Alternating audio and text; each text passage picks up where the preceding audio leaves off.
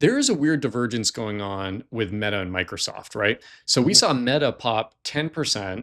I mean, this is a story of what the market is rewarding. Meta pops 10%, throwing out, I think it was 150 billion capex, or actually, I see your number here, it's 135. Microsoft drops after earnings, tale of two tech companies. Now, remember, Microsoft sort of broke the mold early on with their early OpenAI investment. This was very much the first big tech Mag 7 company in the AI race via their OpenAI investment. People sort of, like looked at it sideways. I think you called it the greatest venture investment of all time, and you were right. And now Microsoft has sort of pulled away from the heavy AI investing. Meta is going heavy into it. Meta soars on that announcement. Microsoft drops. So this feels like a story of divergent paths in what the market is rewarding. What are you seeing? Because both companies had great earnings.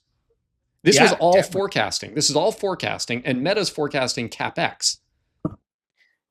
Yeah, I'm in a little ranty of a mood today, Let's Austin. So go. we're Bring we're it. gonna we're gonna rant a little bit here.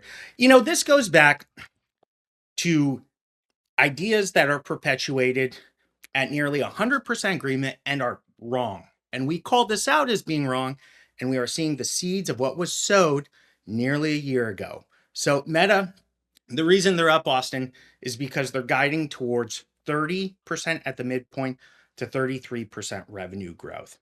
The reason they can do that is because they've made a massive investment in AI. We've talked about a lot.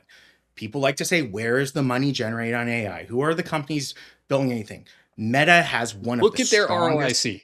Look at their own Mhm. internal ROIC. That's where the return is. Of course, the first application is going to be internally. They understand their own use cases better.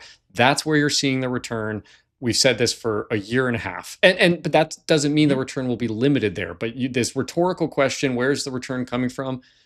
Internal. Look at what you're seeing at Meta. Yeah, and so the number is up to 135 billion capital expenditures this year, which is astronomical. It's beyond anything that could have been conceived. But what they're doing, Austin, is they have permission, as long as their revenue growth is this high, is to basically invest every dollar back into the business. And the more they're investing into their products, the more money they have to invest back into their business, right? So the stock's up 10% because people see that the business is fundamentally strong. Now, Microsoft, on the other hand, like you said, they beat earnings. They were very good earnings, but they reported Azure growth of 39%. That's below Wall Street expectations. They projected it's going to be below expectations next year. Azure's broadly seen as the future. So, what we have here, Austin, Microsoft says Azure growth is 100% a supply issue. They just don't have enough GPUs. They don't have enough compute. They can't rent it out. They can't grow revenue. Well, why do they have less supply? Because they need to take some of their compute infrastructure and use it in the same way Meta is, in their own internal products. And when they do that, they miss on cloud computing. So, Austin, what this is, it's a prisoner's dilemma for Microsoft. They are watching as this cloud code moment is happening. And you know what? One of the biggest use cases of cloud is it's Excel, right? So they have this whole Office product that does have a risk of disruption. It feels a little bit like what people were worried about with Google search in 2024. What they need to do is they need to devote compute to make their products better. Okay. But the problem is they took their foot off the pedal early last year, and 100% of the media congratulate them. Good job, Microsoft, for being the You're one adult in the you're the room, adult in right? the room, right? Right? Right? Yeah. And now we see it was a very poor decision that puts them on very tenuous grounds right now, right? Because they need to make this investment. It's going to cause them to miss on Azure. They're going to need to eat some, I'm trying to censor myself, eat Eat some some crow. crow. Eat some Yeah, crow. in the meantime. So, Austin, it is this situation. If Meta had pulled back on spending, they would be in the same problem Microsoft is, because they won't be able to get the GPU. They control their own destiny now. Zuckerberg can turn the dials to either devote AI to its own products for revenue growth, or he can pull it back for their super intelligence division. They've gotten the right message to Wall Street to have permission to be able to pursue this. Microsoft has no permission. And ironically, if they go and they put the capacity to Azure, you know who they're renting it out to? The companies that are disrupting them. That's the prisoner's dilemma. So it's one of those things. 100% media coverage. Microsoft's the adult. Look at Microsoft. We saw a huge sell-off on Microsoft pulling back.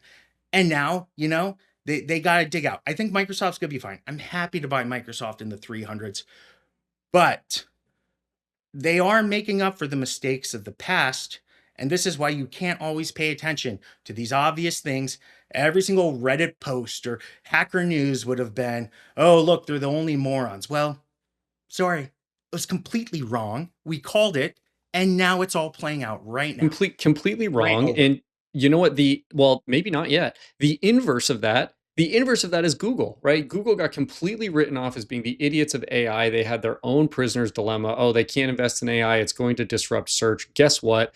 Sundar goes heavy to the net, heavy investment.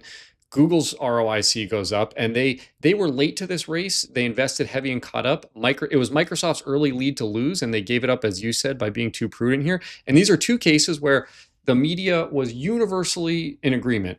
Google was behind and stupid, and they weren't going to catch up. Microsoft was ahead, and then they did the mature thing and stepping away early. In both of those instances, they were wrong, right? And Google ended up becoming the best Mag 7 stock last year, and Microsoft gave up perhaps the greatest early advantage and lead in history. But we'll see. The history is still being written here. It's still an amazing company. They've done a wonderful job. Yeah.